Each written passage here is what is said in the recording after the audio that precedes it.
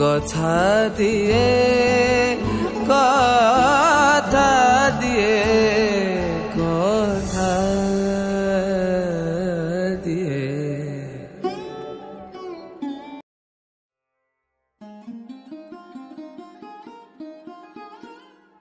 নমস্কার, আপনারা শুনছেন বেঙ্গলি অডিও বুক সিরিজ, আর সঙ্গে আমি পল্লব। আজ আপনার জন্য শরৎচন্দ্র চট্টোপাধ্যায়ের চরিত্রহীন উপন্যাসের চতুর্থ পর্ব।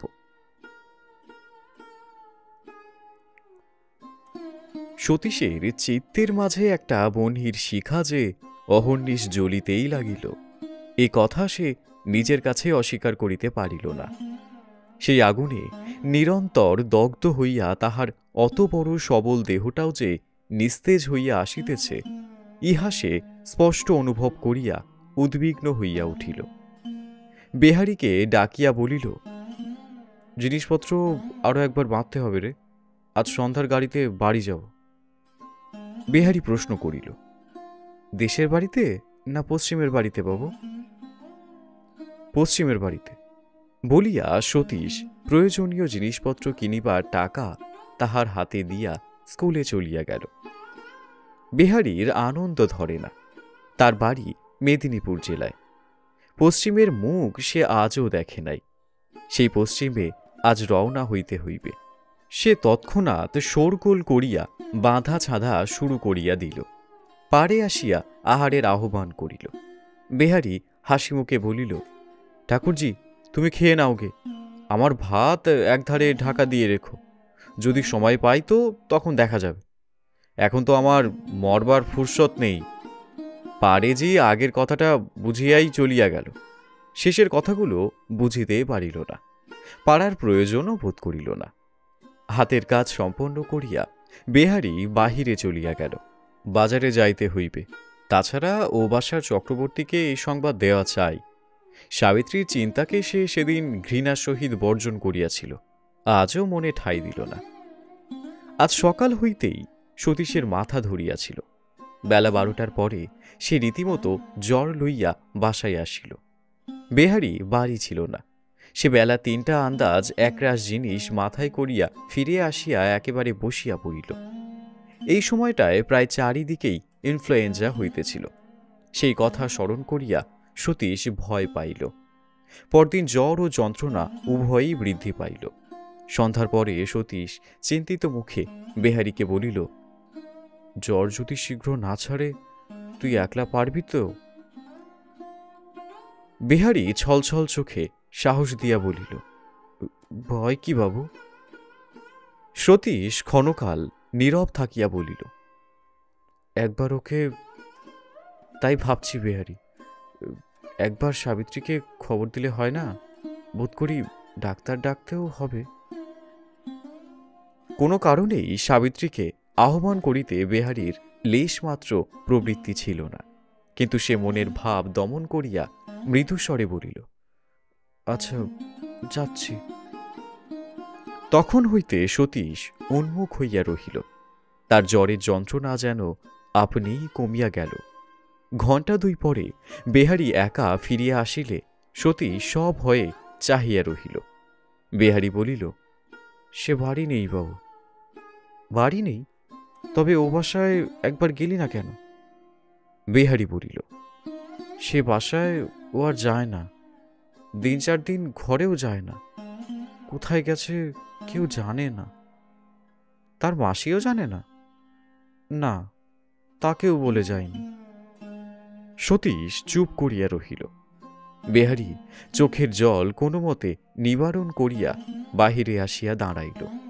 সাবিত্রীর যে ইতিহাস সে তার মাসির নিকটে শুনিয়া আসিয়াছিল, এবং যে কথা সে নিজে নিঃসংশয়ে বিশ্বাস করিত, কোনো মতেই সে সংবাদ আজ এই রুগ্ন লোকটির সম্মুখে উচ্চারণ করিতে পারিল না।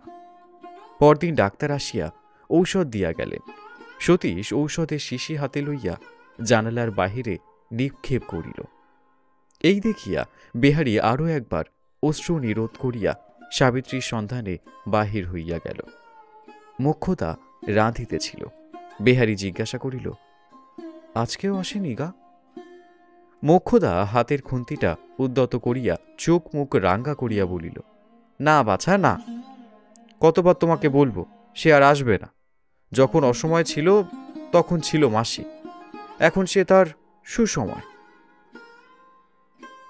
বাসায় ফিরিয়া আসিয়া বেহারি মৃদু কণ্ঠে জানাইল, আজও সাবিত্রী ফিরিয়া আসে নাই। দিন 2 পরে ওষুধ না খাইয়াও সতীশের জ্বর ছাড়িয়া গেল। সে ভাত খাইয়া সুস্থ হইয়া উঠিল। বেহারিকে ডাকিয়া বলিল, আর নয়, আজই রওনা হওয়া চাই। সেই দিনই সতীশ কলিকাতা ছাড়িয়া চলিয়া গেল। উপেন্দ্র সতীশের শীর্ণ শুষ্ক মুখের পানে চাহিয়া বলিলেন, ভাইয়ের কি এই ডাক্তারি শেখার নমুনা নাকি? সতীশ হাসিয়া কহিল, হল না উপিন্দা। উপেন্দ্র আশ্চর্য হইয়া জিজ্ঞাসা করিলেন, হল না কি রে? সতীশ লজ্জিত হইয়া বলিল, ডাক্তারি আমার সহ্য হল না উপিন্দা। উপেন্দ্র স্নিগ্ধ দৃষ্টিতে ক্ষণকাল সতীশের উন্নত দেহটার দিকে চাহিয়া থাকিয়া বলিলেন, হ্যাঁ, ভালোই হয়েছে, পাড়াগায়ে গিয়ে অনর্থক কতগুলো জীব হত্যা করতিস, আর পাপ থেকে ভগবান তোকে রক্ষা করছে। মাসখানেক পরে আরও একদিন উপেন্দ্র সতীশকে ডাকিয়া বলিলেন, আমার সঙ্গে একবার কলকাতায় যেতে হবে সতীশ। সতীশ হাত জোড় করিয়া বলিল, ওই হুকুমটি করো না উপেন্দা। কলকাতা বেশ শহর, চমৎকার দেশ, সব ভালো, কিন্তু আমাকে যেতে বলো না। কথাটা সতীশ তামাশার ছলেই বলিতে গেল বটে, কিন্তু সে ছলনা তাহার চাপা ব্যথাটাকে চাপিয়া রাখিতে পারিল না। তাহার ছদ্ম হাসি বেদনার বিকৃতিতে এমনই রূপান্তরিত হইয়া দেখা দিল যে উপেন্দ্র আশ্চর্য হইয়া তাহার মুখের দিকে চাহিয়া রহিলেন। তাহার নিশ্চয়ই বোধ হইল সতীশ কি যেন সেখানে করিয়া আসিয়াছে, তাহা তাহার কাছে গোপন করিতেছে। ক্ষণেক পরে বলিলেন, তবে থাক সতীশ, তোর শরীরও ভালো নয়, আমি একাই যাই। উপেন্দ্রর মনের ভাব অনুমান করিয়া সতীশ কুণ্ঠিত হইয়া প্রশ্ন করিল, কবে যাবে উপিন্দা? আজ। আজই? আচ্ছা চলো, আমিও যাই। বলিয়া হঠাৎ সম্মত হইয়া সতীশ ঘরে ফিরিয়া আসিল এবং মুহূর্তকালের মধ্যেই কলিকাতার জন্যই অধীর হইয়া উঠিল। বেহারিকে বলিল, আরো একবার তলপি বেঁধে ফেল বেহারি, কলকাতায় যেতে হবে। বেহারি চিন্তিত মুখে জিজ্ঞাসা করিল, কবে বাবু? সতীশ সহাস্যে বলিল, কবে কি রে, আজই রাত্রে ট্রেন। আচ্ছা বলিয়া বেহারি মুখ ভারী করিয়া চলিয়া গেল। সতীশ তাহার অপ্রসন্ন মুখ লক্ষ্য করিয়া মনে মনে কহিল, বেহারির এখানে তো কাজকর্ম নেই, তাই ওখানে খাটুনির ভয়ে যেতে চায় না। কিন্তু অন্তর্যামী জানেন সতীশ বৃদ্ধের মনের কথা একেবারেই বুঝে নাই। ইতিপূর্বে একদিন সতীশ কথায় কথায় বেহারিকে বলিয়াছিল, আচ্ছা বেহারি, এতদিনে সাবিত্রী তো নিশ্চয় ফিরে এসেছে, কিন্তু তখন কোথায় গিয়েছিল বলতে পারিস? বেহারি সংক্ষেপে বলিয়াছিল, না বাবু। বলিলে তো সে অনেক কথাই বলিতে পারিত, কিন্তু একদিন সাবিত্রীর মুখের উপর সে নাকি তাহার পুরুষত্বের অহংকার করিয়া আসিয়াছিল। কোন উপলক্ষেই সেইটুকু গর্বকে সে ক্ষুণ্ণ করিতে পারিল না। যেদিন কলিকাতা হইতে বাটি ফিরিয়া আসিয়া সতীশ নিজের ঘরের মধ্যে প্রবেশ করিয়াই যুক্ত করে আর্দ্র কণ্ঠে বলিয়াছিল, ভগবান, যা করো তুমি ভালোর জন্যই করো। সেদিন সৃষ্টিকর্তার কোন বিশেষ কর্মটা স্মরণ করিয়ে যে সে এত বড় ধন্যবাদ উচ্চারণ করিয়াছিল, জিজ্ঞাসা করিলে বোধ করি সে বলিতে পারিত না। অথচ কত বড় সংকটের মধ্যে মুখ হইতে সে যে নিরাপদে ফিরিয়া আসিতে পারিয়াছে, কত বড় দুচ্ছেদ্য জালের ফাঁস কত সহজে ছিন্ন করিয়া বাহিরে আসিয়া দাঁড়াইতে পারিয়াছে, ইহা সে নিশ্চিত জানিত এবং এই সৌভাগ্যকে সে কৃতজ্ঞতার সহিতই গ্রহণ করিতে চাহিয়াছিল। কিন্তু অন্তর্যামী অবোধ মন তাহার সেদিকে দৃকপাত করে নাই। উপর হইয়া পড়িয়া নিশিদিন একইভাবে কাঁদিয়া কাটাইতেছিল। তবু চেষ্টা করিয়া সে পূর্বের মতোই তাহার ছেলেবেলার বন্ধু বান্ধব, থিয়েটার, গান বাজনার আখড়া প্রভৃতিতে মিশিতেছিল, কিন্তু কোনো ক্রমেই পূর্বের মতো আর মিলিতে পারে নাই। বরং যে লোক ঘরের গৃহিণীর সহিত কলহ করিয়া বাহিরের কর্তব্য সম্পন্ন করিতে আসে, তাহারই মতো সে ছিদ্রান্বেষী ও অসহিষ্ণু হইয়া নির্বিচারে সমস্তই দংশন করিয়া ফিরিতেছিল। এমনি করিয়া দিন যাপনের মাঝখানে হঠাৎ আজ কলিকাতা যাইবার আহ্বান শুনিয়াই তাহার বিদ্রোহী গৃহলক্ষ্মী ধূলিসজ্জা ছাড়িয়া উঠিয়া বসিল এবং ভবিষ্যৎ ভালো মন্দর প্রতি ভ্রুক্ষেপ না করিয়া যাত্রা করিয়া পা বাড়াইয়া দাঁড়াইল।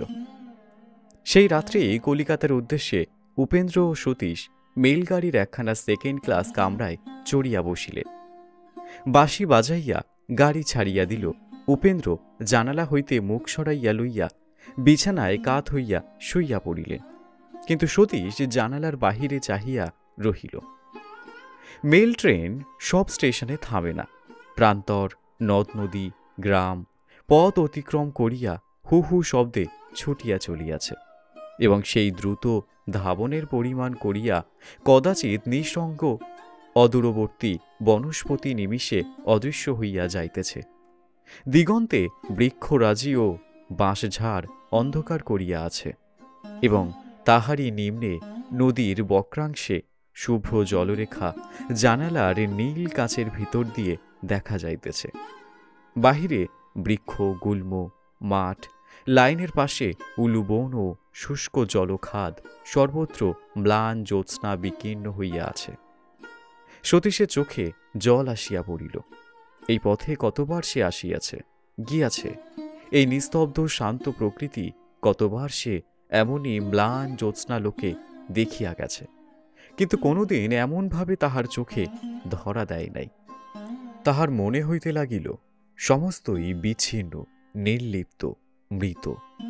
কেহই কাহারও জন্য ব্যাকুল নয়, কেহই কাহারও মুখ চাহিয়া অপেক্ষা করিয়া নাই। সবাই স্থির, সবাই উদ্বেগ শূন্য, সবাই আপনা আপনি সম্পূর্ণ। এই নির্বিকার উদাসীন ধরিত্রীর পানে চাহিয়া থাকিতে তাহার ক্লেশ বোধ হইতে লাগিল। সে চোখ মুছিয়া সরিয়া আসিয়া বেঞ্চের উপর চিত হইয়া শুইয়া পড়িল, কিন্তু ক্ষণকাল পরেই উঠিয়া পড়িয়া তরঙ্গ খুলিয়া একটা সানাই বাহির করিয়া উপেন্দ্রকে লক্ষ্য করিয়া আস্তে আস্তে কহিল, গাড়ির শব্দ যদি তোমার ঘুমের ব্যাঘাত না হয় তো বাঁশির শব্দও হবে না। আমি তো ঘুমোতে পারিনি। বলিয়া সে আরও একবার জানালার কাছে সরিয়া আসিয়া বসিল এবং বাহিরের দিকে চাহিয়া বাঁশিতে ফুঁ দিল। উপেন্দ্র সাড়া পাইয়া গেল না। ভগবান সতীশকে গাহিবার গলা এবং বাজাইবার হাত দিয়াছিলেন। এদিকে তিনি কৃপণতা করেন নাই। শিশুকাল হইতে শুরু করিয়া এই বিদ্যাটাই সে শিক্ষা করিয়াছিল এবং শিক্ষা বলিতে যাহা বুঝায় ঠিক তেমনি করিয়াই শিখিয়াছিল। সতীশ বাঁশি বাজাইতে লাগিল। সেই শুদ্ধ, সুন্দর, অনির্বচনীয় সঙ্গীত সৃষ্টি বুঝিবার লোক কেহ ছিল না। শুধু বাহিরে আকাশের খণ্ড চন্দ্র তাহাকে অনুসরণ করিয়া ছুটিয়া চলিতে লাগিল এবং মাটির উপর সুপ্ত জ্যোৎস্নার ঘুম ভাঙিয়া গেল। ক্রমে গাড়ির গতি যখন মন্দ হইয়া আসিল এবং বোঝা গেল স্টেশন নিকটে আসিয়াছে, তখন সে বাঁশি নামাইয়া রাখিল।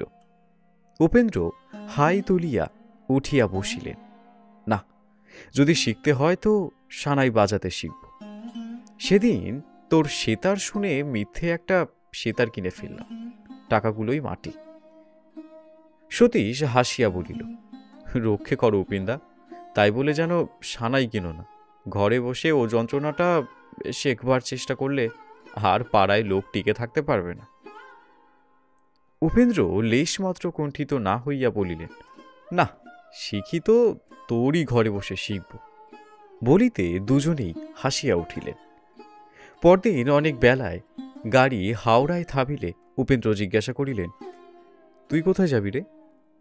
সতীশ আশ্চর্য হইয়া বলিল, ও আবার কি কথা?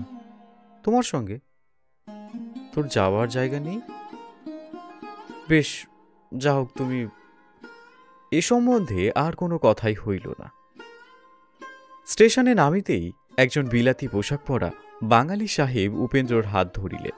উনি উপেন্দ্রর বাল্যবন্ধু জ্যোতিষ রায়, ব্যারিস্টার। বাহিরে তাহার গাড়ি দাঁড়াইয়াছিল। অল্প স্বল্প জিনিসপত্র যাহার সঙ্গে ছিল কুলি গাড়ির উপরে তুলিয়া দিলে তিনজনে ভিতরে উঠিয়া বসিলেন। বেহারি কোচ বাক্সে চড়িয়া বসিল এবং কোচম্যান গাড়ি হাঁকাইয়া দিল। অনেক পরে অনেক রাস্তা গলি পার হইয়া বড় বড় থাম দেয়া প্রকাণ্ড একটা বাটির সম্মুখে আসিয়া গাড়ি থামিল। তিনজনে নামিয়া গেলেন। সন্ধ্যা হইতে আর বিলম্ব নাই। উপেন্দ্র ও সতীশ পাথুরে ঘাটায় একটা অতি সংকীর্ণ গলির মোড়ে আসিয়া দাঁড়াইলেন।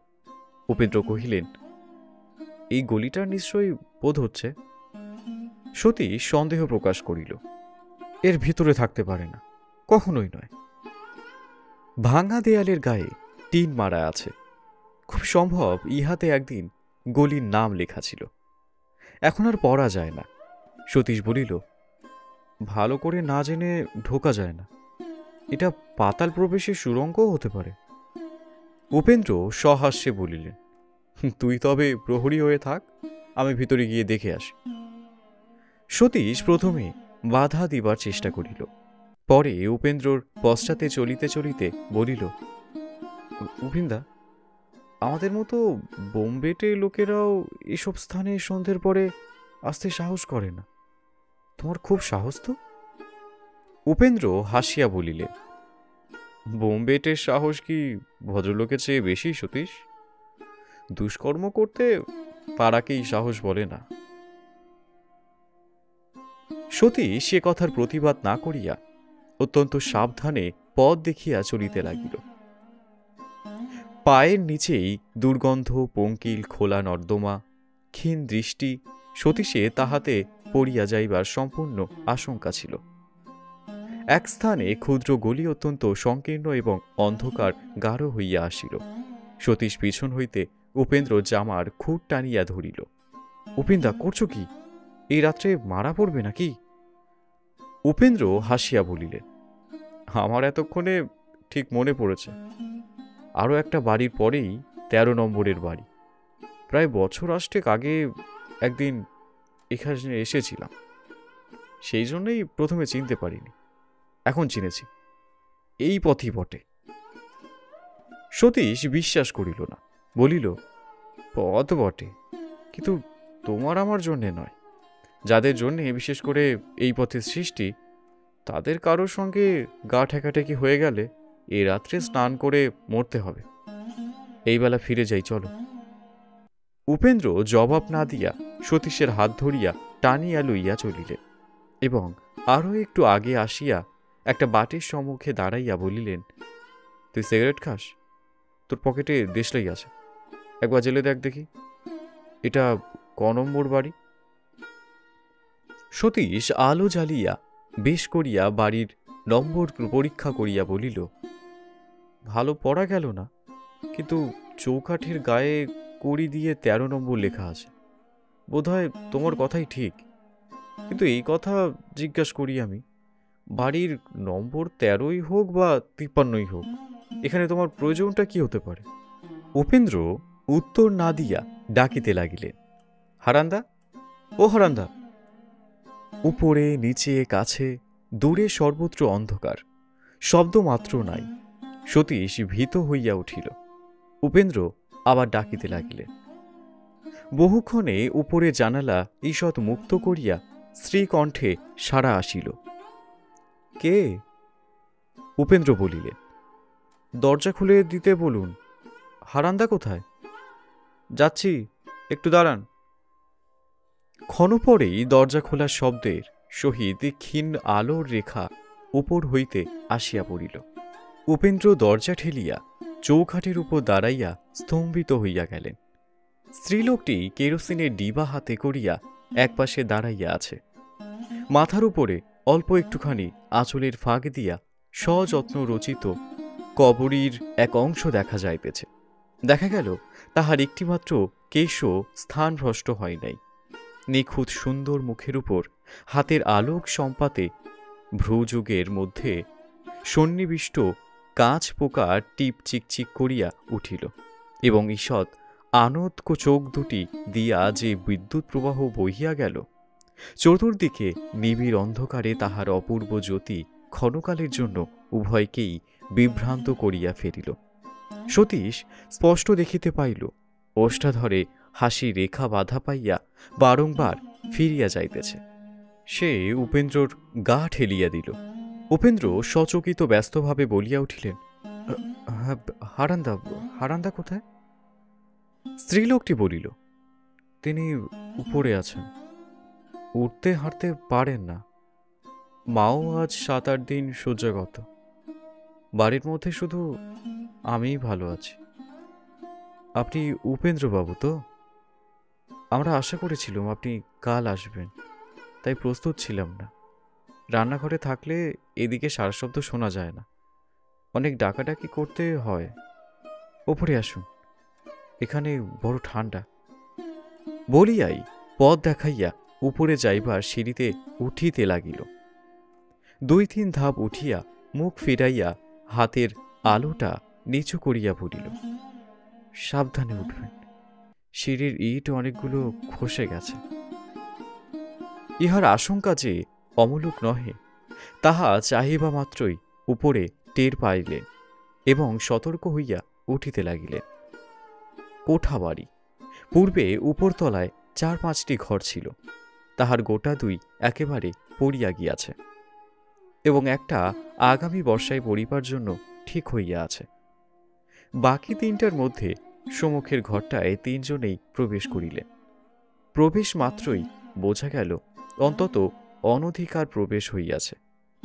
মুশিকের দখল তখন জীর্ণ ও পুরাতন অব্যবহার্য শয্যা ও উপাদান হইতে তুলা বাহির করিয়া ঘরময় ছড়াইয়া যদৃচ্ছ বিচরণ করিয়া ফিরিতেছিল।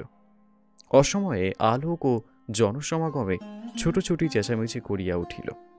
সমস্ত ঘরময় ভাঙা টেবিল চেয়ার, ভাঙা কাঠের তোরঙ্গ, ভাঙা টিন, খালি শিশি, বোতল, আরও কত কি প্রাচীন দিনের গৃহসজ্জার ভগ্নাংশ ইতস্তত বিক্ষিপ্ত রহিয়াছে। তাহারই একধারে একটা তোক্তাপোষ পাতা, ছেঁড়া গদি, ছেঁড়া তোষক, ছেঁড়া বালিশ প্রভৃতি গাদা করিয়া জোর করিয়া একাধারে ঠেলিয়া রাখিয়া তাহারই একাংশে একটা মাদুর পাতিয়া রহিয়াছে।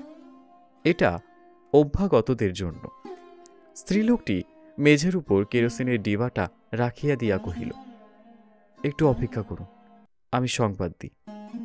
বলিয়া ঘর হইতে বাহির হইবা মাত্রই সতীশ জুতাসদ্ধ সেই অভ্যাগতের আসনটির উপর লাফাইয়া উঠিয়া দাঁড়াইল। উপেন্দ্র সভয়ে বলিয়া উঠিলেন, ও কি? সতীশ ফিসফিস করিয়া তর্জন করিয়া উঠিল, আগে প্রাণ রক্ষে হোক, তারপরে ভদ্রতা রক্ষে হবে। দেখছ না, পায়ের কাছে আলো দেখে ঘরের সমস্ত সাপখোপ ছুটে আসছে। সতীশ যেমন করিয়া ভয় দেখাইল, তাহাতে বিচার বিতর্কের আর অবসর রহিল না। উপেন্দ্র লাফাইয়া উঠিয়া পড়িলেন। তক্তপোষের সেই সংকীর্ণ জায়গাটিতে স্থানাভাবে উভয়ে যখন ঠেলাঠেলি করিতে লাগিলেন, স্ত্রীলোকটি ফিরিয়া আসিয়া সেই সময়ে কবাটের সম্মুখে দাঁড়াইয়া খিলখিল করিয়া হাসিয়া উঠিল। ইহারা যে ভয় পাইয়াছেন তাহা সে বুঝিতে পারিয়াছিল। বলিল, এটি আমার শ্বশুরের ভিটা, আপনারা অমর্যাদা করছেন। উপেন্দ্র অপ্রতিভ হইয়া তাড়াতাড়ি নামিয়া পড়িলেন এবং সতীশের উপর অত্যন্ত বিরক্ত হইয়া বিড়বিড় করিতে লাগিলেন। এমনি ভয় দেখিয়া দিলে এমনি করে উঠল। সতীশ নামিল না, কিন্তু বিনয় করিয়া বলিল, ভয় কি সাধে দেখাই উপিন্দা? আমার বিদ্যে চাণক্য শ্লোকের বেশি নয় জানি, কিন্তু এইটুকু শিখেছি যে আত্মরক্ষা অতি শ্রেষ্ঠ ধর্ম। স্ত্রীলোকটির পানে চাহিয়া বলিল, আচ্ছা আপনিই বলুন দেখি, আত্মরক্ষার্থে একটু নিরাপদ জায়গা বেছে নেওয়া কি অন্যায় কাজ হয়েছে? আপনার শ্বশুরের ভিটার অসম্মান করা আমাদের সাধ্য নয়, বরং যথেষ্ট সম্মাননার সঙ্গেই আপনার আশ্রিত পূজাপুঞ্জের পথ ছেড়ে এইটুকু জায়গা দুজনে দাঁড়িয়ে আছে। 3 জনেই হাসিয়া উঠিলেন। ইহার পরিহাস যে এই দরিদ্র গৃহলক্ষ্মীটিকে ব্যথিত করে নাই, বরং ইহার ভিতর যে সরলতা ও সমবেদনা প্রচ্ছন্ন ছিল, এই তরুণী অতি সহজেই তাহা গ্রহণ করিতে পারিয়াছেন। তাহার হাস্যোজ্জ্বল মুখের পরে ইহার সুস্পষ্ট প্রকাশ দেখিতে পাইয়া উপেন্দ্র মনে মনে অত্যন্ত আরাম বোধ করিলেন। তাহার মুখপানে চাহিয়া মৃদু হাসিয়া বলিলেন, প্রজাপুঞ্জ আপনার সম্মুখে কখনোই ওর উপরে অত্যাচার করতে সাহস করবে না। এখন ওই লোকটি বোধ করি নেমে আসতে পারে। নিশ্চয়, বলিয়া কেরোসিনে ডিবাটা হাতে তুলিয়া লইয়া বধূ সতীশের দিকে চাহিয়া ভুবনমোহন হাসিয়া বলিল, এখন নির্ভয়ে রাজদর্শনে চলুন। এইটুকু হাস্য পরিহাসেই অপরিচিতের দূরত্বটা যেন একেবারেই কমিয়া গেল এবং তিনজনেই প্রফুল্ল মুখে ঘর হইতে বাহির হইয়া গেলেন। রাজদর্শন! উপেন্দ্র ও সতীশ হাসি মুখে আরও একটি ঘরে ঢুকিয়াই শিহরিয়া স্তব্ধ হইয়া দাঁড়াইয়া পড়িলেন। ক্রুদ্ধ গুরুমশায়ের অতর্কিত চর খাইয়া হাস্য নীরদ শিশু ছাত্রের মুখের ভাবটা যেমন করিয়া বদলায়, এই দুজনেই মুখের হাসি তেমনি করিয়া এক নিমেষে কালি হইয়া গেল। ক্ষণেক পরে লাঞ্ছিত ভাবটা কাটিয়া গেলে উপেন্দ্র অদূরবর্তী শয্যার নিকটে গিয়া ডাকিলেন, হারান্দা। হারান নির্জীবের মতো পড়িয়াছিলেন। অস্ফুটে বলিলেন, এসো ভাই, এসো। আর উঠতে বসতে পারি নে, তোমাকেও ক্লেশ দিল। এইটুকু বলিয়াই তিনি হাঁপাতে লাগিলেন। উপেন্দ্র ধপ করিয়া বিছানার একদিকে বসিয়া পড়িলেন। দুই চোখ তাহার জলে ভরিয়া গেল। মলিন ও শতচ্ছিন্ন শয্যার শিয়রে একটা মাটির প্রদীপ মিটমিট করিয়া জ্বলিতেছে। ঘরে অন্য আলো নাই। এইটুকু আলো রক্তশূন্য বিপন্ন শীতল মুখের পরে লইয়া হারানের জীবন্ত মৃতদেহটা পড়িয়া আছে। সূর্যের উত্তাপ ও আকাশের বায়ু হইতে চিরদিন বিচ্ছিন্ন এই গৃহের অস্থিমজ্জায় যে জীর্ণতা ও অন্ধকার লালিত ও পুষ্ট হইয়া আসিয়াছে, এই কনকনে শীতের রাত্রে অত্যল্প আলোকে কোষ্ঠরোগের মতো তাহা সমস্ত দেয়ালে গায়ে ফুটিয়া উঠিয়াছিল। এই দিবানিশি অবরুদ্ধ গৃহের রুদ্ধ দুষ্ট বায়ু আত্মঘাতীর মুখোদগত বিষাক্ত ফ্যানের মতো ফাঁপিয়া ফুলিয়া গৃহবাসীর কণ্ঠনালী যেন প্রতি মুহূর্তে রুদ্ধ করিয়া আনিতেছে। দ্বারে মৃত্যুদূতের প্রহরা পড়িয়াছে। সমস্ত দিকে চাহিয়া সতীশ বারংবার শিহরিয়া উঠিল। তাহার মনে হইতে লাগিল, সে চিৎকার করিয়া ছুটিয়া একেবারে রাস্তার উপর আসিয়া পড়িতে পারিলে বাঁচে। এখানে মানুষ জীবন থাকে কি করিয়া? অনতি দূরে বধূটি দাঁড়াইয়াছিল। সেদিকে একবার চাহিয়াই সে আরও যেন ভয় পাইয়া গেল। কোথায় গেল ওই অতুল রূপ? কোথায় গেল ওই হাসি? তাহা দৃষ্টির সম্মুখে যেন কোনো এক প্রেতলোকের পিশাচ উঠিয়া আসিল। সে ভাবিতে লাগিল, স্বামীর যার এই, সে আবার হাসে, পরিহাসে চোখ দেয়, খোপা বাঁধে, টিপ পড়ে। এক মুহূর্তের জন্য তাহার সমস্ত নারী জাতির উপরেই ঘৃণা জন্মিয়া গেল। এমন সময়ে হারান ডাকিলেন, কিরণ, অপিন এসেছে, মা জানেন? বধূ কাছে আসিয়া ঝুঁকিয়া পড়িয়া আস্তে আস্তে বলিল, মা ঘুমোচ্ছেন। ডাক্তার বলে গেছেন ঘুমোলে তাকে যেন জাগানো না হয়। হারান মুখ বিকৃত করিয়া চেঁচাইয়া উঠিল, চলেই যাকগে ডাক্তার, তুমি যাও, বদকে তাকে। উপেন্দ্র নিকটে বসিয়া সমস্তই শুনিতে পাইতেছিলেন। ব্যস্ত হইয়া বলিয়া উঠিলেন, আজ রাত্রে জানিয়া প্রয়োজন নেই হারান্দা, কাল সকালে জানাইলেই হবে। উপেন্দ্র বুঝিতে পারিলেন ক্রমাগত রোগে ভুগিয়া হারান অত্যন্ত খিটখিটে হইয়া গিয়াছে। তাই এই নিরপরাধিনী সেবাপরায়ণা বধূটির অকারণ তিরস্কারের একটা ব্যথা অনুভব করিয়া একটুখানি সান্ত্বনার ইঙ্গিত করিতে একবার তাহার মুখপানে চাহিয়া দেখিলেন। কিছুই দেখা গেল না। কিরণময়ী আনত মুখে দ্বীপের আলোক পড়ে নাই। মুহূর্ত মাত্র, পরক্ষণেই ক্রুদ্ধ বধূ দ্রুতপদে ঘর হইতে বাহির হইয়া গেল। উপেন্দ্র বিমর্ষ হইয়া বসিয়া রহিলেন এবং হারান পূর্বের মতো হাঁপাইতে লাগিলেন। নিস্তব্ধ কক্ষ সতীশের কাছে আরো ভীষণ হইয়া উঠিল। অনতিকাল পরেই হারান হাত বাড়াইয়া উপেন্দ্রকে স্পর্শ করিয়া কাছে আসিতে ইশারা করিয়া অতি ক্ষীণ কণ্ঠে জিজ্ঞাসা করিলেন, 7-8 বছর পরে দেখা, এর মধ্যে একবারও কি তোমার এখানে আসা হয়নি? ইহার মধ্যে অনেকবারই উপেন্দ্রকে এদিকে আসিতে হইয়াছিল, কিন্তু তাহা স্বীকার করিতে পারিল না। বলিলেন, অসুখটা কি হারান্দা? হারান কহিলেন, জ্বর, কাশি ইত্যাদি। এখন ও প্রসঙ্গের আর প্রয়োজন নেই, সমস্তই শেষ হয়ে গেছে। ওধারে সিন্দুকের উপর উপবিষ্ট সতীশ মনে মনে মাথা নাড়িল। হারান পুনশ্চ বলিলেন, আমারও তোমার কথা মনে পড়েনি। সময়ে মনে পড়লে হয়তো কাজ হতো। ক্ষণকাল মৌন থাকিয়া নিজেই বলিলেন, কাজ আর কি হতো, তা নয়, থাকে ওসব কথা। একটা কাজ করো ভাই, আমার 1002 টাকার লাইফ ইন্স্যুর আছে, আর আছে ওই ভাঙা বাড়িটা। তুমি উকিল, একটা লেখাপড়া করে দাও, যেন সব জিনিসের উপর তোমারই পুরো হাত থাকে। তারপরে রইলে তুমি আর আমার বুড়ো মা। উপেন্দ্র বলিলেন, আর তোমার স্ত্রী? আমার স্ত্রী কিরণ? হ্যাঁ, ও তো আছেই। ওর বাপ মা কেউ বেঁচে নেই, ওকেও দেখো। সতীশ পকেট হইতে ঘড়ি বাহির করিয়া দাঁড়াইয়া উঠিয়া বলিল, উপিন্দা, রাত্রি 10টা বেজে গেছে, ওখানে ওরা বোধহয় ব্যস্ত হচ্ছেন। হারান চাহিয়া দেখিয়া বলিলেন, ওটি কে উপিন? আমার বন্ধু, একসঙ্গেই কলকাতায় এসেছি। এখন তবে আসি হারান্দা, কাল সকালেই আবার আসব।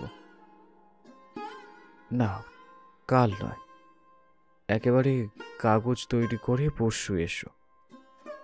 যা কিছু আমার আছে আর যা কিছু আমার বলবার আছে সেই দিনেই বলে দেব। কোথায় আছো এখানে? শহরের একধারে একজন বন্ধুর ওখানে উঠেছি। যাইতে উদ্যত হইলে হারান ডাকিয়া বলিলেন, কিরণ। উপেন্দ্র তাড়াতাড়ি বাধা দিয়া বলিলেন, থাক হারান্দা, সতীশের পকেটে দেশলাই আছে, সৎসন্ধ্যায় নেমে যেতে পারব। তিনি বোধ করি কাজে ব্যস্ত আছেন। তদুত্তরে হারান কি যে বলিলেন বোঝা গেল না। সতীশ কবাট খুলিতেই বোধ হইল কে যেন দ্রুত পদে সরিয়া গেল। সে সভয়ে পিছাইয়া দাঁড়াইল। উপেন্দ্র জিজ্ঞাসা করিলেন, কি সতীশ? কিছু না, তুমি এসো বলিয়া সে উপেন্দ্রর হাত ধরিয়া বাহিরে আসিয়া দাঁড়াইল। কি নিবিড় অন্ধকার! একই কৃষ্ণপক্ষের আকাশে মেঘ করিয়া আছে, তাহার উপরে চতুষ্পার্শ্বের উঁচু বাড়িগুলো সেই অন্ধকারকে যেন ঠেলিয়া আনিয়া নিচের অপ্রশস্ত উঠানটির উপরে এই ভাঙা খোলা বারান্দার ভিতরে একেবারে জমাট বাঁধাইয়া দিয়াছে। দুজনে আন্দাজ করিয়া সিঁড়ির নিকটে আসিতেই দেখিলেন, নিচে সেই কেরোসিনের ডিবাটা রাখিয়া কিরণময়ী স্থির হইয়া বসিয়া আছে। যাইতেই দাঁড়াইয়া উঠিয়া বলিল, আলো দেখাচ্ছি, সাবধানে নেমে আসুন, আপনাদের জন্যই বসে আছি। এই অন্ধকার শীতল রাত্রে, এই দুরন্ত হিমের মধ্যে স্যাঁতসেঁতে ভিজা মাটির উপর একাকিনী বধূকে তাহাদের অপেক্ষায় বসিয়া থাকিতে দেখিয়া এবং তাহার আসন্ন বৈধব্যের কথা মুহূর্তে স্মরণ করিয়া উপেন্দ্রের চোখে জল আসিয়া পড়িল। সদরের কবাট তখনও বন্ধ করা হয় নাই। নিচে নামিয়াই সতীশ একেবারে গলির মধ্যে আসিয়া দাঁড়াইল, কিন্তু উপেন্দ্র পিছন হইতে বাধা পাইয়া ফিরিয়া দাঁড়াইলেন।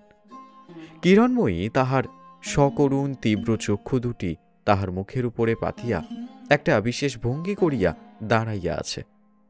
ক্ষণকালের নিমিত্ত উপেন্দ্র হতবুদ্ধির মতো নিশ্চল হইয়া রহিলেন। কিরণ জিজ্ঞাসা করিল, উপেন্দ্রবাবু, আপনি আমাদের কে? এই অদ্ভুত প্রশ্নের কি উত্তর উপেন্দ্র ভাবিয়া পাইলেন না।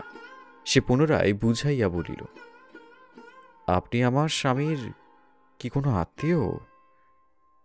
এতদিন এ বাড়িতে এসেছি, কিন্তু কোনোদিন আপনার নাম ওর কাছেও শুনিনি, মার কাছেও শুনিনি। শুধু যেদিন আপনাকে চিঠি লেখা হয় সেদিন শুনি, তাই জিজ্ঞাসা করছি। বাহির হইতে সতীশ ডাকিল, উপিন্দা, এসো না। উপেন্দ্র বলিলেন, না, আত্মীয় নয়, তবে বিশেষ বন্ধু। বাবা যখন নোয়াখালীতে ছিলেন, হারান্দার পিতাও সরকারি স্কুলে মাস্টারি করতেন, আমাকেও বাড়িতে পড়াতেন। হারান্দা আর আমি অনেকদিন একসঙ্গে পড়ি। কিরণময়ী একটুখানি হাসিয়া বলিল, ও, এর জন্যেই লেখাপড়া করা। আচ্ছা উপিনবাবু, আপনি সত্যি সমস্ত নিজের নামে লিখে নেবেন? বিলম্ব দেখিয়া সতীশ মুখ বাড়াইয়াছিল, সেই চট করিয়া জবাব দিয়া ফেলিল, সেই রকম তো স্থির হয়েছে।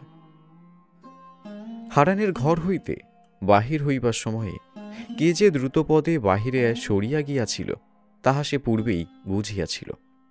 বধূ তাহার দিকে ফিরিয়া চাহিয়া বলিল, এই যে আপনিও আছেন, বেশ কথা, ভালো কথা। এতদিন এত কষ্ট করেও যা করে হোক দুসন্ধ্যা দুমুটো জুটেছিল, এখন পথে দাঁড়াতে হবে। তাই হোক, আপনারাই সমস্ত ভাগ করে নিন। উপেন্দ্র স্তম্ভিত হইয়া গেলেন। সতীশ জবাব দিল, যার জিনিস সে যদি দিয়ে যায়, কারো কিছু বলবার নেই। কিরণময়ীর দুই চোখ আগুনের মতো জ্বলিয়া উঠিল। বলিল, আমার আছে, মরণকালে মতিচ্ছন্ন হয়। আমার স্বামীরও তাই হয়েছে, কিন্তু আপনারা লিখে নেবার কে? সতীশ কিছুমাত্র কণ্ঠিত না হইয়া তৎক্ষণাৎ বলিয়া উঠিল, তা জানি না, কিন্তু হারানবাবুর আজও যে বুদ্ধি আছে, আমার অন্তর্যামী এ কথায় সায় দিচ্ছে। কিরণময়ী অত্যন্ত বিদ্রূপের স্বরে জবাব দিল, চমৎকার যুক্তি, লোকে কথাই বলে। যাক, লোকের কথা। উপেন্দ্রকে উদ্দেশ্য করিয়া কহিল, কিন্তু এই কথা জিজ্ঞাসা করি আমি কি করে জানব শেষকালে ইনি পথে বসাবেন না? কেমন করে বিশ্বাস করব ইনি ফাঁকি দেবেন না? এত বড় আঘাত হঠাৎ উপেন্দ্র যেন অসহ্য বোধ হইল। কি একটা বলিতেও গেল, কিন্তু না বলিয়া চুপ করিয়া নিজেকে সামলাইতে লাগিল। সতীশ মৃদু স্বরে বলিল, বৌঠাকুরন, জানবার আবশ্যক আপনার নেই। কিরণময়ী তৎক্ষণাৎ জবাব দিতে পারিল না। এই বিদ্রূপের, আত্মীয় সম্বোধনের স্পর্ধায় সে অবাক হইয়া গিয়াছিল। ক্ষণকাল চাহিয়া থাকিয়া শুধু কহিল, বৌঠাকুরন, আবশ্যক নয়। সতীশ বলিল, না, আপনি নিজের অধিকার যদি নিজে নষ্ট না করতেন, হারানবাবু এই সতর্কতার আবশ্যক ছিল না। এত রাত্রে রাগারাগি করবেন না, একটু বুঝে দেখুন দেখি। তীব্র কার্বলিকের গন্ধে সাপ যেমন করিয়া তাহার উদ্যত ফনা মুহূর্তে সংবরণ করিয়া আঘাতের পরিবর্তে আত্মরক্ষার পথ অন্বেষণ করে, এই নিরুপমা, এই লীলা কৌশলময়ী তেজস্বিনী যুবতী চক্ষের পলকে তেমনি সংকুচিত হইয়া বলিল, আমার কথা উনি কি বলেছেন শুনি? উপেন্দ্র আর চুপ করিয়া থাকিতে পারিল না। এই গর্বিতা নারীর সন্দিগ্ধ তিরস্কার তাহাকে তপ্তশেলে বিধিতে থাকিলেও তাহার উচ্চশিক্ষিত ভদ্র অন্তঃকরণ সতীশের এই গোয়েন্দাগিরির বিরুদ্ধে বিদ্রোহ করিয়া উঠিল। সে যে অন্যায় উত্তেজনার দ্বারা কি একটা গুপ্ত রহস্য টানিয়া বাহির করিবার চেষ্টা করিতেছিল, ইহা তিনি বুঝিয়াছিল। সতীশকে বাধা দিয়া কিরণময়ীকে বলিলেন, কেন আপনি সতীশের পাগলামিতে কান দিয়ে নিজেকে উদ্বিগ্ন করছেন? স্বামীর বিষয় থেকে বঞ্চিত করবার অধিকার কারো নেই। আপনি নিশ্চিত হন। তবে বোধ করি আপনাদের বিশেষ সুবিধা হবে মনে করেই হারান্দা একটা লেখাপড়ার কথা তুলেছেন, কিন্তু আপনার অমতে তো কোনো মতেই হতে পারবে না। রাত্রি অনেক হয়েছে, কবাট বন্ধ করে দিন। চল সতীশ, আর দেরি করিস নে। সতীশকে ঠেলিয়া দিয়া গলির মধ্যে দাঁড়াইয়া মৃদু হাসিয়া বলিলেন, কাল পরশু আবার দেখা হবে, নমস্কার। সেই জনশূন্য গলি হইতে নিষ্ক্রান্ত হইয়া দুইজনে একটা ভাড়াটে গাড়িতে উঠিয়া বসিলেন এবং খোলা জানালার ভিতর দিয়া রাস্তার মন্দীভূত জনস্রোতের পানে নীরবে চাহিয়া রহিলেন। কথা কইবার মতো মনের অবস্থা কাহারও ছিল না। উপেন্দ্রর ব্যথিত চিত্তে ভাবিতে লাগিলেন, কালই বাড়ি ফিরিয়া যাইব। ভালো হোক মন্দ হোক, আমার হাত দিবার প্রয়োজন নাই। শুধু ফিরিবার পূর্বে এইটুকু দেখিয়া যাইব যে হারান্দার চিকিৎসা হইতেছে। তারপরে আর কিছুই নয়। 8 বৎসর যে লোক মনের বাহিরে পড়িয়াছিল, সে বাহিরেই পড়িয়া থাকিবে। এই বলিয়া দেহলগ্ন কীটপতঙ্গের ন্যায় এই বিরক্তিকর চিন্তাকে গাঝাড়া দিয়া সবেগে দূরে নিক্ষেপ করিয়া উপেন্দ্র গাড়ির মধ্যেই একবার নড়িয়া চড়িয়া বসিলেন। সতীশকে ডাকিয়া বলিলেন, সতীশ, একটা চুরুট দে, ভারী ঠান্ডা। সতীশ পকেট হইতে চুরুট প্রভৃতি বাহির করিয়া হাতে দিয়া তেমনি বাহিরের দিকে চাহিয়া রহিল, কথা কহিল না। উপেন্দ্র চুরুট ধরাইয়া লইয়া পুনঃ পুনঃ ধূমোদ্গার করিতে করিতে সতীশকে শুনাইয়া বলিলেন, ভিতরের অন্ধকার যেন এমনি করে ধোঁয়ার মতো বার হয়ে যায়। সতীশ সায় দিল না। ঝরঝর করিয়া ভাড়াটে গাড়ি পরিচিত অপরিচিত রাস্তা, গলি, ঘর বাড়ি, দোকান বাজার পার হইয়া চলিতে লাগিল। চুরুট পুড়িয়া গেল, তাহার ধোঁয়া কোথায় আকাশে মিলাইয়া গেল। তথাপি দুইজনে রাস্তার দুই ধারে তেমনি নিঃশব্দে চাহিয়া রহিলেন। উপেন্দ্র মনে মনে ভাবিলেন, সতীশ নিশ্চয়ই এই সমস্ত আন্দোলন করিতেছে এবং যা হোক একটা কিছু স্থির করিতেছে, না হইলে সে এতক্ষণ চুপ করিয়া থাকিবার লোক নহে। এবং কি যে সম্ভব তাহার আলোচ্য বিষয় নিয়ে অনুমান করিতে গিয়া উপেন্দ্রর আগাগোড়া সমস্তই স্মরণ হইয়া গেল। গোপনে শিহরিয়া উঠিয়া মনে মনে বলিলেন, কি কাণ্ডই ঘটিয়াছে, এবং যাহা ঘটিয়াছে তাহা যতই শোচনীয় হোক না কেন, সমস্তরই একটা সঙ্গত হেতু তিনি ইতিমধ্যেই নির্দেশ করিতে পারিয়াছেন।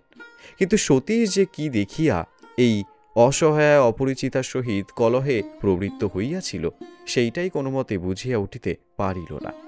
বাড়ির বধূ যে নিজের উদ্যত বিপদের আশঙ্কা হইতে শুধুমাত্র আত্মরক্ষার জন্য দুটা রূঢ় কথা বলিতে পারে, এমন সোজা কথাটাও যে সতীশ বুঝিতে পারে নাই, এইটাই তিনি বিশ্বাস করিতে পারিতেছিল না। সতীশ লেখাপড়া না করুক, নির্বোধ নহে। উপেন্দ্র ইহা জানিতেন বলিয়া এত বেশি পীড়া অনুভব করিলেন। মুর্মূষু হারানের হুইলের প্রস্তাবে একটা বিশেষত্ব ছিল বলিয়াই উপেন্দ্র অল্প সময়ের মধ্যেই অনেক কথা ভাবিয়াছিলেন।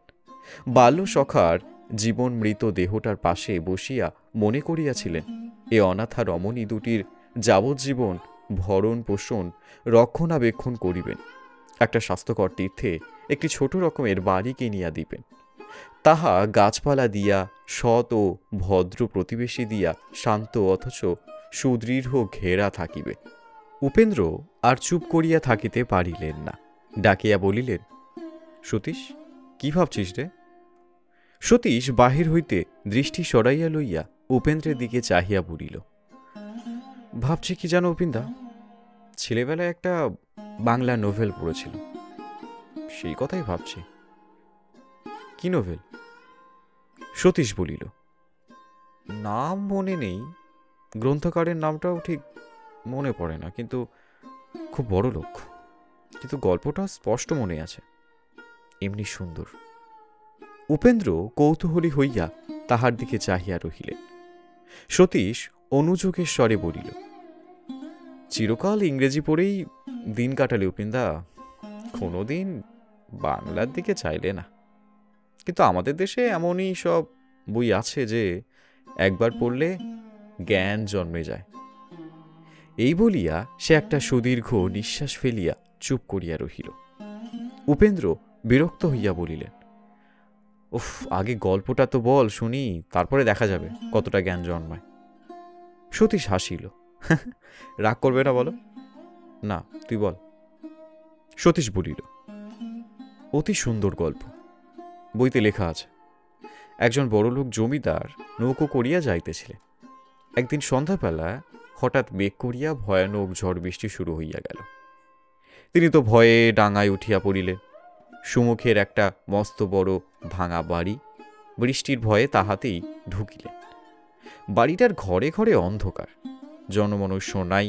সমস্ত বাড়িময় ঘুরিয়া ঘুরিয়া শেষে উপরে একটা ঘরে দেখিলেন মিটমিট করিয়া প্রদীপ জ্বলিতেছে এবং ছেঁড়া বিছানা একটা লোক মরমর হইয়া পড়িয়া আছে এবং তাহার পদ্ম পলাশাক্ষী রূপসী স্ত্রী লুটিয়া লুটিয়া কাঁদিতেছে। সেই রাত্রে সে কি একটা ভয়ঙ্কর স্বপ্ন দেখিয়াছিল। আচ্ছা উপেন্দা, তুমি স্বপ্ন বিশ্বাস করো? উপেন্দ্র সংক্ষেপে বলিলেন, না। তারপরে? সতীশ বলিল, তারপরে সেই রাত্রেই লোকটা মারা গেল। জমিদারবাবু সেই পদ্ম পলাশাক্ষী বিধবাকে ঘরে আনিয়া জোর করিয়া বিবাহ করিয়া ফেলিলেন। চতুর্দিকে ছিছি পড়িয়া গেল। আর সেই দুঃখে তার প্রথম স্ত্রী বিষ খাইয়া আত্মঘাতী হইলেন। পুনঃ পুনঃ পদ্ম পলাশাক্ষীর উল্লেখে উপেন্দ্র বুঝিলেন সতীশ বিষ বৃক্ষের পঙ্কোদ্ধার করিতেছে এবং সতীশের এই অদ্ভুত স্মৃতিশক্তির পরিচয়ে অন্য সময়ে বোধ করি খুব হাসিতেন, কিন্তু এখন হাসি আসিল না। এই এলোমেলো আখ্যানের ভিতর হইতে একটা কুৎসিত ইঙ্গিত তীরের মতো আসিয়া তাহাকে বুকে বিঁধিল। এ তো সতীশের স্মৃতি নয়, এ তাহার আশঙ্কা। এই আশঙ্কা যে কি এবং কাহাকে আশ্রয় করিয়া বিষবৃক্ষের ডালপালা ভাঙিয়া নিজের ছাঁচে গড়িয়া তুলিয়াছে, সেই কথাটা মনে করিয়া উপেন্দ্র গভীর লজ্জায় কুঞ্চিত হইয়া উঠিলেন। সতীশ অন্ধকারে দেখিতে পাইল না যে ক্ষণকালের নিমিত্ত উপেন্দ্রর মুখ পাণ্ডুর হইয়া গিয়াছে। সতীশ ব্যথার উপর ব্যথা দিয়া পুনরায় কহিল, খাল খুঁড়ে কুমির এনো না উপেন্দা। উপেন্দ্র উত্তর দিতে পারিলেন না। অনেকক্ষণ চুপ করিয়া থাকিয়া ধীরে ধীরে বলিলেন, বাংলা নোভেলের কথা থাক, কিন্তু কিরকম উপদেশ দিতে চাও শুনি? সতীশ হাসিয়া বলিলেন, এই দেখো উপেন্দা, তুমি রাগ করছে। তোমাকে উপদেশ আমি দিতে পারি না, কিন্তু পা ধরে অনুরোধ করতে পারি। ওখানে তোমার গিয়ে কাজ নেই, ওরা ভালো লোক নন। ওরাটা কারা শুনি? সতীশ বলিল, রাগ করো না উপেন্দা, বহু বচনটা ভদ্রতা মাত্র। আমি হারানবাবুর কথা বলিনি, তিনি ভালো মন্দের বাইরে গিয়েছেন। তার মাকেও চোখে দেখিনি। আমি তৃতীয় ব্যক্তির উল্লেখ করছি। তৃতীয় ব্যক্তির অপরাধ? দেখো সতীশ, তোমার বাবা যদি আরো একজনকে তার সর্বস্ব লিখে দেবার আশঙ্কা করেন, তুমি বোধ করি খুব আনন্দ করো না? না, আশীর্বাদ করো উপেন্দা, বাবার যেন সে দরকার না হয়। তিনি আমাকে তার ভালো ছেলে বলে আহ্লাদ করেন না জানি, আমি তার মন্দ ছেলে, কিন্তু এই মন্দ ছেলেটি তার মৃত্যুর সময় সাজগোজ করে টিপ পরে ঘুরে বেড়াবে না। আজ আমার বাচালতা মাফ করো উপেন্দা, কিন্তু তোমার একটুখানি চোখ থাকলেও দেখতে পেতে হারানবাবুর এরকম প্রস্তাব কেবল খেয়াল নয়, বরং অনেক দিনের অনেক চিন্তার ফল। সতীশ পুনশ্চ বলিল, তুমি মনে করো না উপেন্দা, হারানবাবু তোমাকে সমস্ত ভাড়ার্পণ করবার সময়ে তার স্ত্রীর কথাটা ভুলেছিলেন কিংবা লজ্জায় বলতে পারছিলেন না। বরং আমার বিশ্বাস, তুমি যদি নিজে উল্লেখ না করতে, তিনি স্বেচ্ছায় কোনো কথাই বলিতেন না। উপেন্দ্র মনে মনে যৎপরণাস্তি বিরক্ত হইতে লাগিলেন। এতক্ষণ পর্যন্ত মৌন হইয়া শুনিতেছিলেন, কিন্তু পরস্ত্রী সম্বন্ধে সমস্ত সন্দিগ্ধ ইঙ্গিত তাহার অসহ্য হইয়া উঠিল। কঠোর স্বরে বলিয়া উঠিলেন, সতীশ, তুমি যে এত ইতর হয়ে গেছ আমার ধারণা ছিল না। বোধ করি তুমি আলা পরিচয়ের নিচে গেছ। সতীশ হাসিল। ইতর কিসে? মন্দকে মন্দ বলছি এই জন্যে। ভালো হোক মন্দ হোক, তোমার অধিকার। অধিকার আবার কি? ওটা ইংরেজি কথা, বাংলায় ওর মানে হয় না। আমাদের সমাজে এত সূক্ষ্ম বিচার চলে না। জেলখানার কয়েদিকে চোর বলতেও অনেকে আপত্তি করেন, কিন্তু সে কথা তো সাধারণ 5 জনে মেনে চলতে পারে না। সেটা আলাদা কথা। চুরি প্রমাণ হওয়ার পরে তাকে চোর বলে। চোর জেলে যায়, কিন্তু এর সম্বন্ধে কি প্রমাণ তুমি পেয়েছ? প্রমাণ না হয়েও অনেকে জেলে যায়, সেটা জজ সাহেবের হাতে। আমরা যেটা বুঝতে পারিনি তিনি সেটা বোঝেন। আবার তুমি আমি যেটা জলের মতো সোজা দেখি, অত বড় জজ সাহেবের কাছে হয়তো সেটা পাহাড় পর্বত। আজ তোমার সম্বন্ধে এই কথা খাটে, মনে করো না ভুল বকছি উপিন্দা। এত বড় দুনিয়াটা চোখের উপর রেখেও অনেকে ঈশ্বরের প্রমাণ খুঁজে পায় না। তুমি রাগ করবে জানি, কেননা চিরকালটা তুমি ভালোর সঙ্গে মিশে ভালো দেখে ভালো হয়েই আছো। কিন্তু আমার মতো ভালো মন্দ দেখে যদি পাকা হতে, আমার এত কথা বলবার আবশ্যক হতো না। তোমার নিজের চোখেই অনেক জিনিস ধরা পড়ে যেত। উপেন্দ্র ক্ষণকাল চুপ করিয়া থাকিয়া বলিলেন, সমস্ত জিনিস চোখে পড়বার প্রয়োজন আমার নেই, কিংবা পাকা হবার জন্যে তোর মতো ইতর হতেও পারব না। তুই এই প্রসঙ্গ বন্ধ কর, আমি ফটকের মধ্যে ঢুকছি। কিন্তু একটা কথা মনে রাখিস সতীশ, কাঁচার দাম যে কি সে কেবল তখন বুঝবি যখন আরও পাকা হবি। পরদিন উঠিতে উপেন্দ্রর বেলা হইয়া গেল। বহুক্ষণ সূর্যোদয় হইয়াছে। তিনি জানালার ফাঁক দিয়া আলোর পানে চাহিয়াই বোঝা গেল উপেন্দ্র ব্যস্ত হইয়া উঠিয়া পড়িলেন। ঘরে সতীশ ছিল না, সে কোথায় গিয়াছে। বাহিরে বেহারি দাঁড়াইয়াছিল, আসিয়া সংবাদ দিল সতীশবাবু সামনের বাগানে কুস্তি দেখিতেছে এবং নিচে চা দেয়া হইয়াছে। তথায় সাহেব প্রভৃতি অপেক্ষা করিয়া আছেন। উপেন্দ্র অবিলম্বে প্রস্তুত হইয়া নিচে নামিতেই জ্যোতিষ তার হাত ধরিয়া চায়ের টেবিলে উপস্থিত করিলেন। সেখানে তাহার ভগিনী সরোজিনী অপেক্ষা করিয়াছিলেন। তিনি খবরের কাগজটা ফেলিয়া দিয়া হাসি মুখে বলিলেন, কাল রাত্রে 10টা পর্যন্ত আমরা আপনাদের পথ চেয়ে বসেছিল।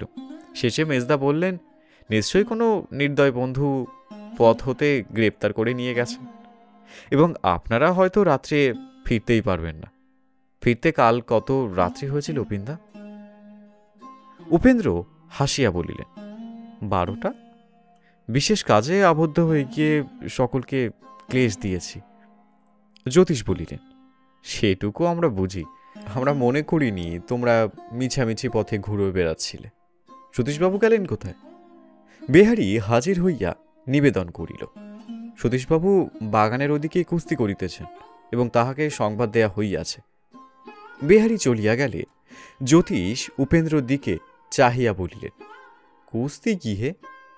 আরো কেউ আছে নাকি? উপেন্দ্র বলিলেন, আমি তো জানি নে।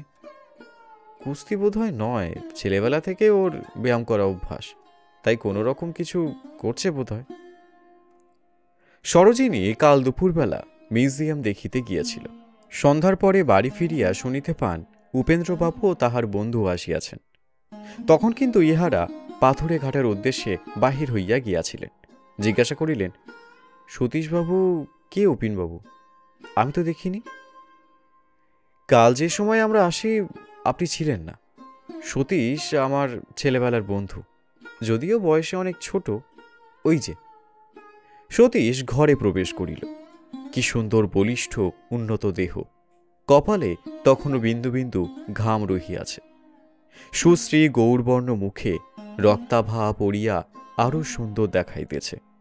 সরোজিনী মুহূর্ত মাত্র চাহিয়াই চোখ নত করিলেন। জ্যোতিষ বলিলেন, বেহারি বলছিল আপনি কুস্তি করছিলেন, কিন্তু কুস্তি করুন আর যাই করুন, আপনার দেহের দিকে চাইলেই হিংসে হয়। আমাদের মতো 4-5 জনেও বোধ করি আপনার কাছে ঘেঁচতে পারবে না। সতীশ একটুখানি হাসিয়া বলিলেন, বিনা পরীক্ষায় অত বড় সার্টিফিকেট দেবেন না, তাছাড়া শুধু গায়ের জোর নিয়েই বা কি হবে? আমার আর কোনো জোরই নেই। কথা শেষ দিকটায় দুঃখের আভাস বাজিল। সরোজিনী চা ঢালিতে ঢালিতে মনে মনে আন্দাজ করিলেন, সতীশবাবু সাংসারিক অবস্থা বোধ করি ভালো নয়। জ্যোতিষ পূর্বেই উপেন্দ্রর নিকট সমস্ত শুনিয়াছিল। তিনি চুপ করিয়া রহিলেন। ইতিমধ্যে চাহের বাটিগুলি পরিপূর্ণ হইয়া উঠিল। সতীশ সেদিকে ভ্রুক্ষেপ মাত্র না করিয়া দেয়ালে টাঙানো একটা ছবির দিকে একদৃষ্টে চাহিয়া রহিল। জ্যোতিষ বলিলেন, আসুন জ্যোতিষবাবু, সমস্তই প্রস্তুত। সতীশ সরিয়া আসিয়া একটুখানি হাসিয়া বলিল, আপনারা শুরু করে দিন, আমি স্নান না করে কিছুই খাইনি। বিলক্ষণ, আমি তো এ কথা জানি না। তবে যান, আর দেরি করবেন না। বেয়ারা, না না, আপনি ব্যস্ত হবেন না, স্নান আমার যথাসময়েই হবে। তাছাড়া সকালবেলা খাওয়া আমার অভ্যাস নেই। মধ্যাহ্নে ভোজনটা আমার সাধারণ 5 জনের চেয়ে কিছু বেশি।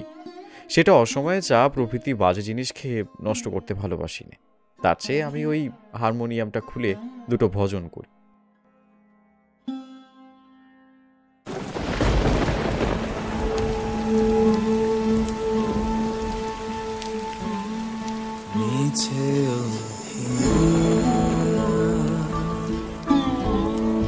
করোনা তোমাকে বোঝাই কি কথা দিয়ে